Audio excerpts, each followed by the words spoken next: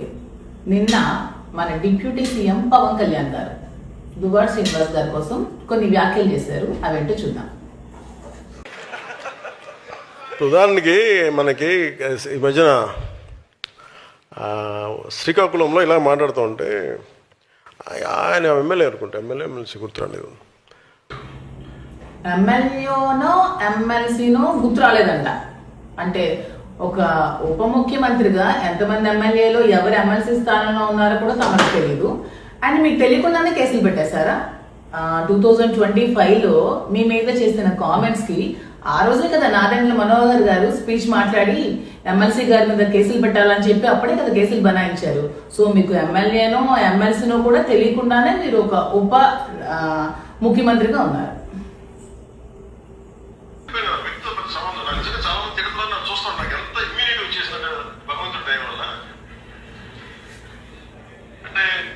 పవన్ కళ్యాణ్ గారికి తిడితే ఇమ్యూనిటీ వచ్చేస్తుంది. అవును, వాళ్ళ తల్లికి తిట్టినా సరే అతనికి ఇమ్యూనిటీ వచ్చేస్తుంది. తల్లికి తిట్టిన కలిసి రాజకీయం చేస్తారు. ఇది అతని ఇమ్యూనిటీ.